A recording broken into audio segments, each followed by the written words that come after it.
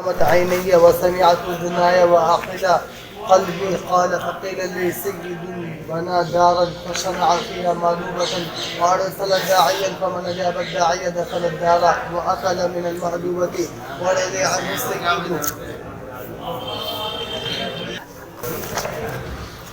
عنه السيد ومن لم يجب الداعي لم يدخل الدار ولم يكن من المأدوبة.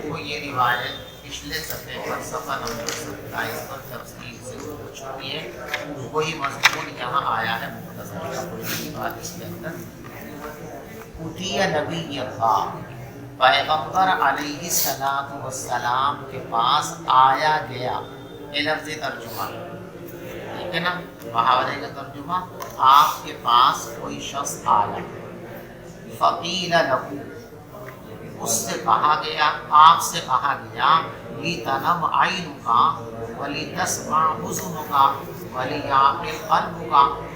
کہنے والے نے یہ کہا کہ حضرت ہمیں یہ معلوم ہوا ہے کہ آپ کی آنکھیں تو سوتی ہیں، لیکن سوتے وقت بھی آپ کے کان سنتے رہتے ہیں اور آپ کا قلب باتوں کو یاد کرتا رہتا ہے، سمجھتا رہتا ہے. اعلیٰ، آپ نے تصدیق فرمائی کہ ہاں ایسا ہی. نامت عینی، میری آنکھیں سو جاتی ہیں، اور سمعت اذنایا، اور نیند میں بھی میرے کان سنتے رہتے ہیں، وعقل قلبی، اور میرا دل سمجھتا رہتا ہے.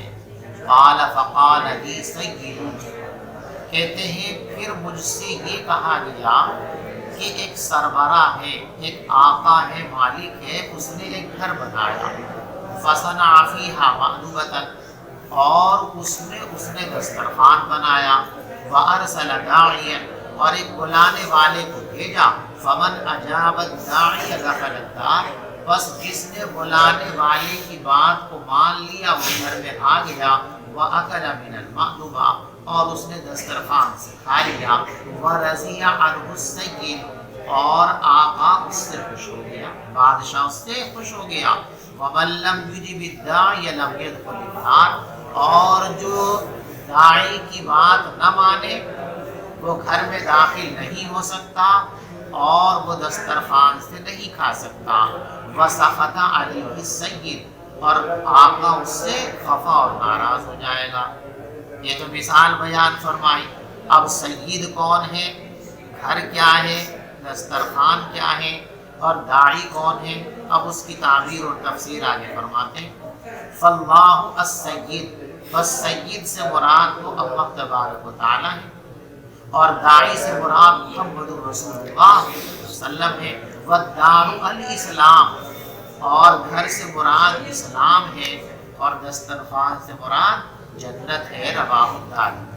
وعن ابي رافع رضي الله عنه قال قال رسول الله صلى الله عليه وسلم لا ألفين أحدكم متكئا على أريكته يأتيه الأمر من أمري مما أمرت أو نهيت عنه فيقول لا أدري ما وجدنا في كتاب الله اتبعناه. رواه أحمد وأبو داود والترمذي وابن ماجه والبيهقي في دلائل النبوة.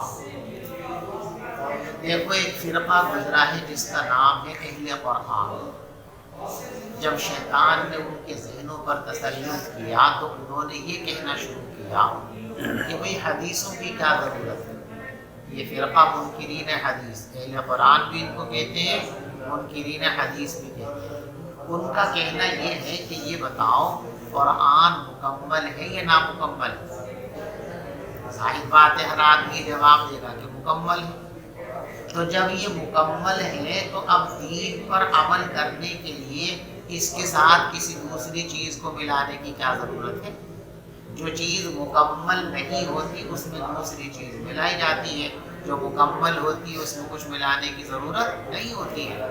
تو پھر حدیث کو اس کے ساتھ شامل کرنے کی کیا ضرورت ہے. بس قرآن میں جو لکھا اس پر عمل کرو. احادیث میں کیا لکھا ہے کیا نہیں لکھا اس کو سوچنے اور سمجھنے کی کوئی ضرورت نہیں. یہ اہل قرآن اور منکرین حدیث کہلاتے ہیں. انہی کے لیے اس روایت کے اندر پیشین ہوئی ہے کہ ایسے لوگ پیدا ہوں گے ضرور.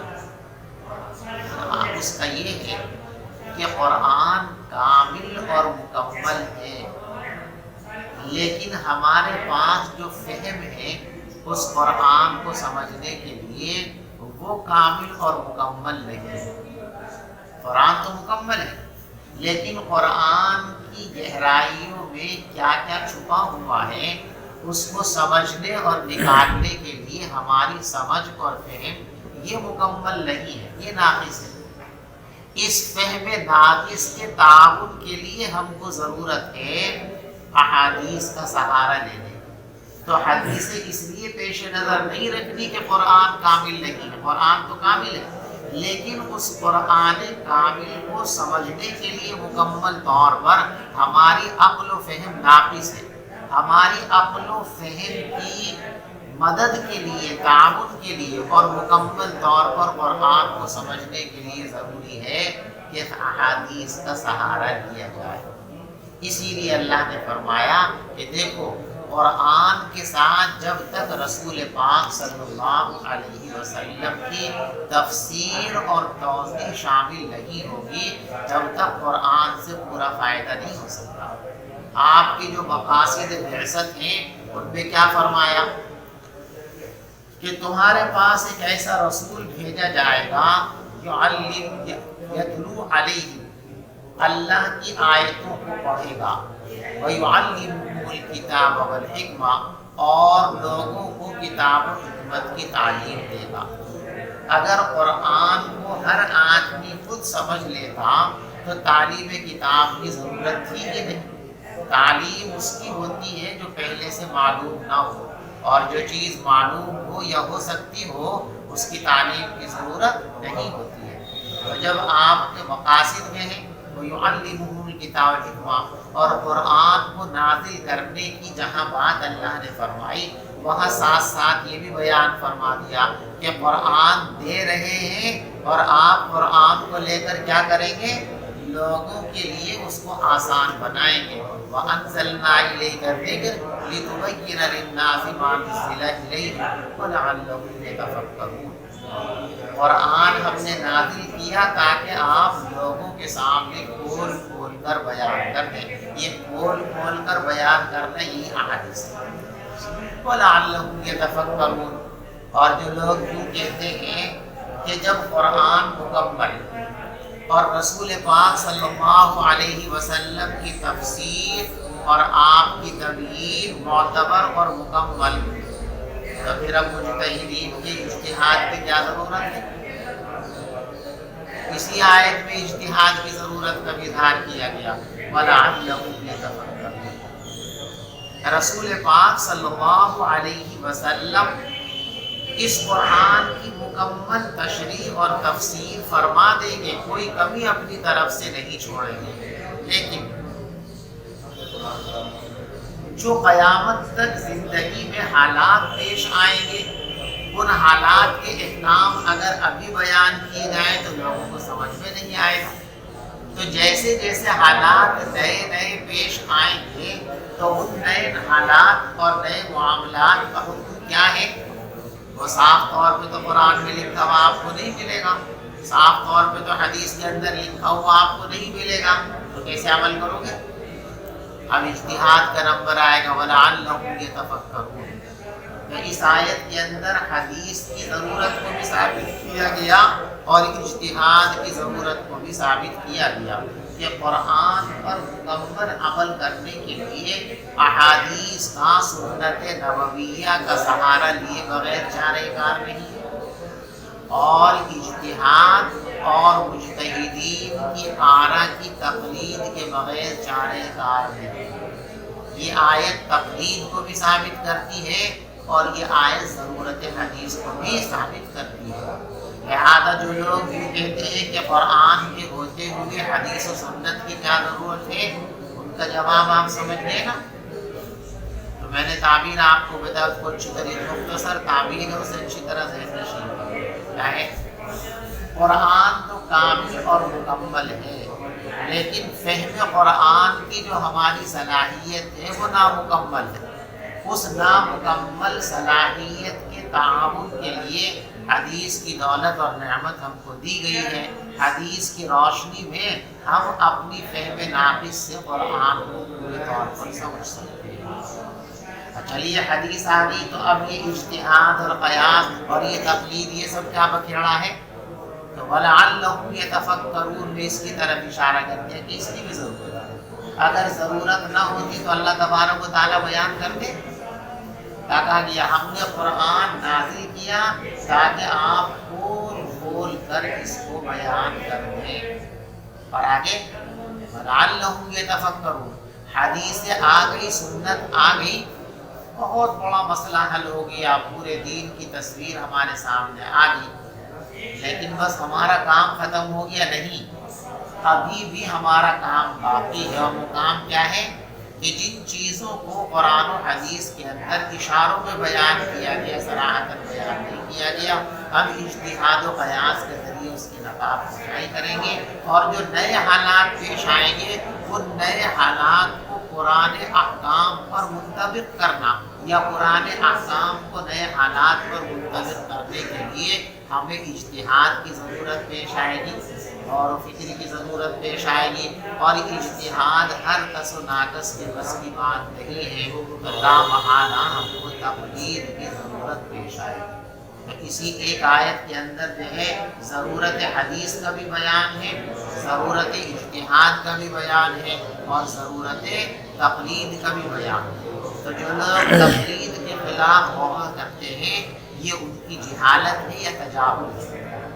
ایسے جو لوگ حدیث کی افادیت کا انکار کرتے ہیں یہ ان کی جہالت ہے یا تجاہل ہے۔ جو بھی ان چیزوں کا انکار کرتا ہے یا تو جہالت کی بنیاد پر کرتا ہے یا پھر تجاہل کی بنیاد پر کرتا ہے۔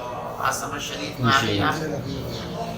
فرمایا میں ہرگز تم میں سے کسی کو اس حال میں نہ پاؤں کہ وہ اپنے تکیے پر ٹیک لگا کر بیٹھے اور جب اس کے پاس میرے احکام میں سے کوئی حکم آئے ان باتوں میں سے جس کا میں نے حکم دیا یا جس سے میں نے انکار کیا، فیقول تو وہ یوں کہے لا ادری ما وجدنا فی کتاب اللہ اتبعنا، ہم کچھ نہیں جانتے، بس ہم تو جو اللہ کی کتاب میں پائیں گے اسی پر عمل کریں گے، کتاب اللہ کے علاوہ کسی اور چیز کی طرف ہم توجہ نہیں کریں گے۔ وعن المقداد بن معد كريبة قال قال رسول الله صلى الله عليه وسلم ألا إني أوتيت القرآن ومثله معه ألا يوشك رجل شبعان على أريكته يقول عليه روایت میں بھی وہی مضمون ہے، صرف الفاظ بدلے ہوئے ہیں۔ پیغمبر علیہ السلام نے ارشاد فرمایا سنو انی اوتیت القرآن ومثلہ معه، مجھے قرآن بھی دیا گیا ہے اور اسی کے ساتھ ساتھ اتنے ہی احکام اور بھی دیے گئے، یعنی قرآن ہی مکمل شریعت نہیں ہے، شریعت کی بہت ساری باتیں وہ ہیں جو قرآن میں صاف صاف پر نہیں ہیں، وہ مجھے دوسری وحی کے ذریعے، وحی غیر مطلوع کے ذریعے مجھ کو مطلع کیا گیا ہے۔ الا سنو یوشک رجل شبعان، ایسا ہوگا ان قریب کہ ایک پیٹ بھرا ہوا آدمی تکیے پر لگا کر ٹیک بیٹھے گا اور وہ یوں کہے گا علیکم بہذا القرآن، بس قرآن کو مضبوطی سے پکڑ لو، فما وجدتم فیہ من الحلال، بس اس میں جو چیز حلال پاؤ فاحلوہ، اس کو حلال سمجھو، اور اس میں جو چیز حرام پاؤ اس کو حرام سمجھو۔ وانما سنو، جس چیز کو رسول پاک صلی اللہ علیہ وسلم نے حرام قرار دیا ہے وہ بھی ایسا ہی ہے جیسا کہ اللہ نے حرام قرار دیا۔ بیٹھ جاؤ جی۔ الا سنو لا یحل لکم الحمار الاہلی، پالتو گدھے کا گوشت کھانا تمہارے لیے حلال نہیں ہے، اور ایسے ہی درندوں اور چوپاؤں میں سے وہ جانور جو کچلی والے جانور ہیں، کیلے والے، دیکھو یہ جو یہ دونوں طرف کی دانت ہوتا ہے نا، سامنے کے دانتوں کے برابر میں ادھر ایک دانت کی طرح نوکیلا سا ہوتا ہے، اسے ناب کہتے ہیں، اردو کے اندر اس کو کیلا کہتے ہیں، کیلا۔ معنی بات ہر جانور کے ہوتے ہیں، یہ اکثر جانوروں کے، یہاں وہ جانور مراد ہیں کہ جو جانور اپنا شکار کر کے ان دانتوں سے اس کو پھاڑتے اور چیرتے ہیں، ان سب کو اردو میں درندہ کہتے ہیں،